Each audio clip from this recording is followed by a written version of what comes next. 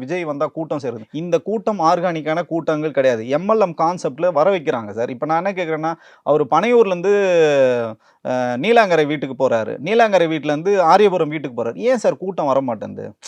ஏன் கூட்டம் வரமாட்டேன்து? அவர் வந்து சினிமா நிகழ்ச்சிகளுக்கு போறாரு, வெளி நிகழ்ச்சிகளுக்கு போறாரு. எவ்ளோ நிகழ்ச்சிகள் அவர் வீட்ட விட்டு சார் தினமும் சாப்பிட ஹோட்டலுக்கு வராரு சார். எந்த ஹோட்டலுக்கு வராருன்னு கூட என்னால சொல்ல முடியும் சார். ஏன் சார் கூட்டம் வரமாட்டேன்து? நீங்க தகவல வந்து பரிமாறுறீங்க. எம்எல்எம் கான்செப்ட்ல ஒரு பையன்கிட்ட நீங்க என்ன சொல்றீங்க? நீ 10 பேர கூட்டு வா, நீ 10 பேர கூட்டு வான்னு பொறுப்பாளர்களுக்கு நீங்க அசைன்மென்ட் குடுத்து தான் இந்த கூட்டங்கள் வந்து சேருது.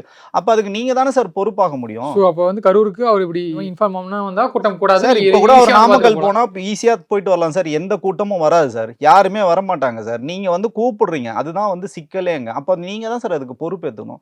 சார் எல்லா கட்சிகளுக்கும் வந்து கூட்டம் வரதான் சார் செய்யும். அங்க வந்து ஒரு ஒழுங்கான கூட்டம் இருக்கு. இது ஒழுங்கற்ற கூட்டமா மாத்துறது யாருன்னா நீங்க தான். ஸோ போலீஸ மதிக்காத, நான் சொல்றத கேட்காத, எதுவுமே நீ பண்ணாதன்னு சொல்லிட்டு நீங்க தான் இன்ஸ்ட்ரக்ஷன் குடுக்குறீங்க. அத நீங்க ஒழுங்குபடுத்தினா மட்டும் தான் இதுக்கெல்லாம் தீர்வு கிடைக்கும்.